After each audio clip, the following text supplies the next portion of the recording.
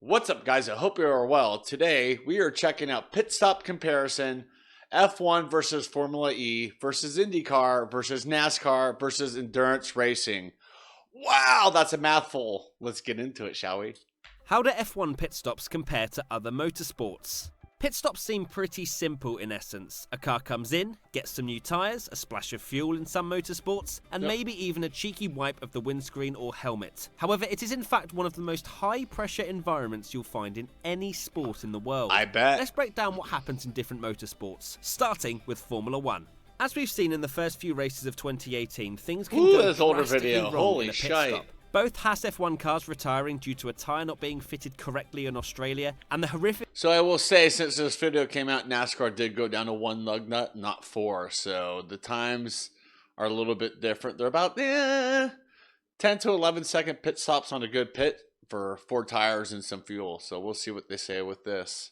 accident involving the Ferrari crew member in Bahrain. But what roles are in place to hopefully carry out a safe 2-second pit stop? Well, firstly, you have 4 tyre changes, one at each corner of the car with heavily modified pneumatic wheel guns that unleash incredible amounts of torque to get the tyres off at insane speeds. Then you have 8 tyre carriers, 2 for each corner, 1 to remove the tyres screaming out for help after a painful stint in a Grand Prix, and 1 fresh, ready to rumble tyre to be installed. We then move on to 2 stabilisers, actual people, not wheels for a bicycle, to make sure the car is steady at both sides. Then you have 1 mechanic at either end of the car, known as jackmen, to lift the car up ready for the extremely quick surgery which is an F1 pit stop. The front one in particular has some serious bravery because if the car misses its marks, well, you get the picture. And finally 2 front wingmen ready to adjust the front wing on either side, as well as cleaning any bits of rubber that might have got lodged in those intricate wing elements. There are also other members of the team such as the fire extinguisher man, the starter man should the car need to be restarted, and also the ice cream man for when they've successfully completed the stop. As you may have gathered, I want it's ice cream. pretty busy in an F1 pit lane. Now let's compare that to Formula 1's electronic counterparts, Formula E. Pit stops don't really exist in Formula E, and what I mean by this is that when they come into the pits, the drivers are there to swap cars, not tyres. In fact, no other mechanic services can be performed on a Formula E car apart from replacing damaged tyres. A driver starts with one car and changes to another car midway through the race due to battery restrictions, which will not have to happen when the next generation of Formula E car is racing. That makes things a little more stressful and hectic in the Formula E pit lane as teams and drivers try to find all sorts of ingenious ways to do up the seatbelts as quickly as possible. Speaking of hectic, that brings me nicely on to NASCAR. Regulations state that only 6 individuals can go over the wall to service a race car during a pit stop, which means every single person has a big job to do.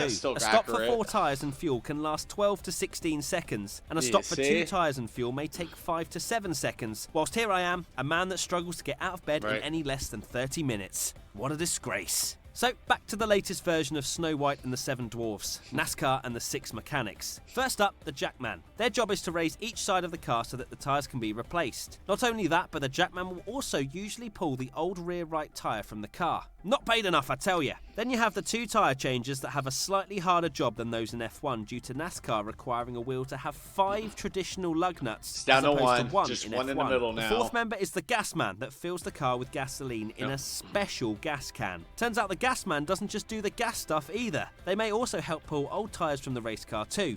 What a legend. Finally, we have the 2 tyre carriers who bring new tyres over the pit wall and pop them on the car. Quite a busy operation and reasonably complex. Just like the other American motorsport series, IndyCar. IndyCar also allows 6 mechanics over the wall during a pit stop, which doesn't sound like it'd be too hectic in a pit lane. But when there's a yellow flag or a safety car in IndyCar, all hell breaks loose. The first port of call is for a mechanic to activate the car's built-in pneumatic jacks where a pressurized air hose is inserted into a nozzle at the rear of the car. Once this is done, everyone else gets to work. Apart from the gas man, they're filling up throughout the whole process. The 4 tyre changers remove the wheels and install new ones, but they may also be in charge of adjusting the front wing angle, removing debris from air intakes, and performing any minor repairs. You also have the refueling mechanic who is likely to be there the longest, even after all the work is completed on the car. And if all that wasn't enough, before the car can go, it's got to have a wash. Well, not quite, but a crew member must squirt water to wash any excess spilled fuel away. Phew!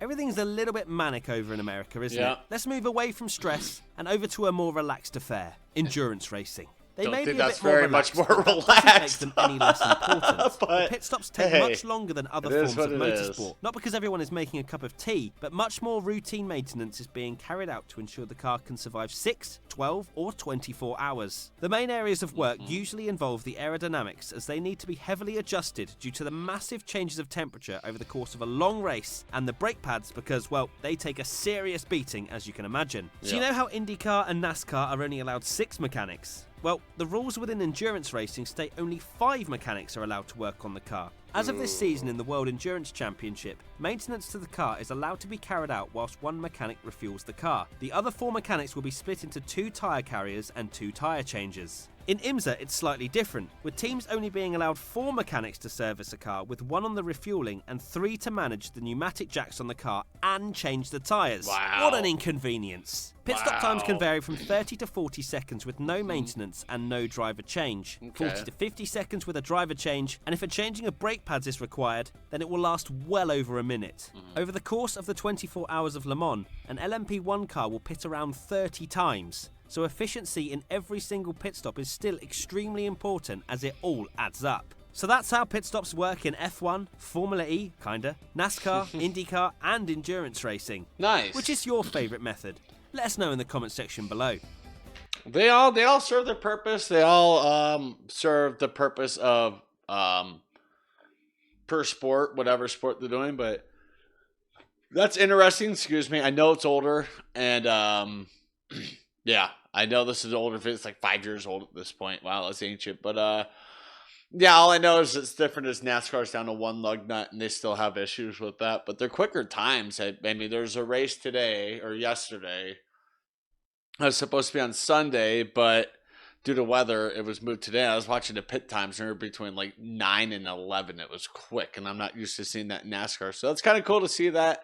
Makes it a lot different, a lot quicker. With that being said, I want to thank you all for watching. Stay safe, and don't forget to wash your hands.